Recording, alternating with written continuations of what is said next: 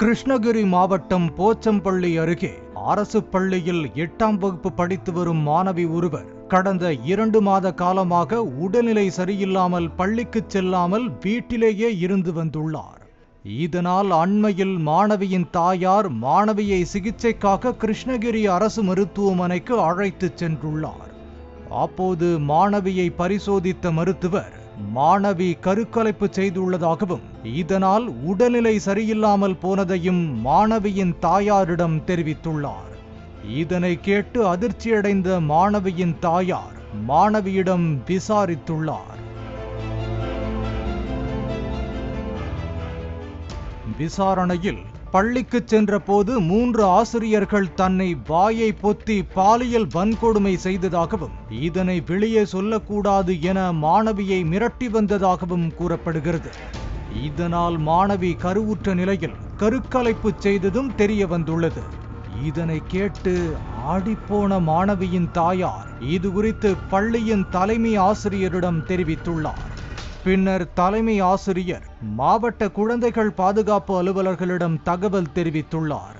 இந்த தகவலின்படி பர்கூர் டிஎஸ்பி தலைமையிலான தனிப்படை காவலர்கள் 3 அரசு பள்ளி ஆசிரியர்களையும் இரவோடு இரவாக கைது செய்தனர்.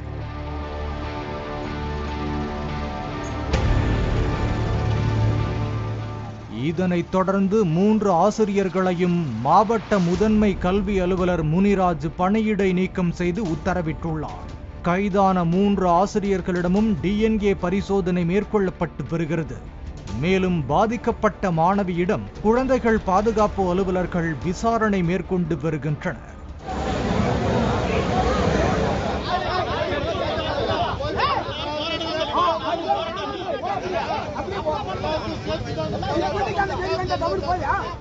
இந்த தகவல் தெரிந்த மாணவியின் உறவினர்கள் ஆசிரியர்களை நம்பித்தான் குழந்தைகளை பள்ளிக்கு அனுப்புகிறோம், அந்த 3 பேரையும் பீஸா வெட்டணும் என ஆக்ரோஷமாக தெரிவித்து அவர்களை தங்களிடம் ஒப்படைக்க வேண்டும் என சாலை மறியலில் ஈடுபட்டனர்.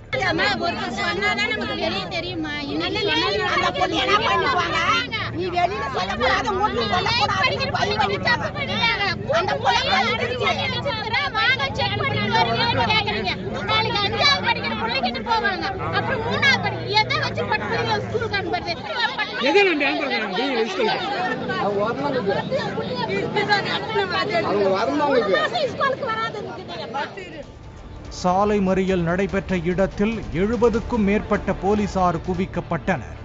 அப்போது போலீசாரிடம் ஒருவர் திமிரியதாக போலீசார் அவரை வாகனத்தில் ஏற்றினர்.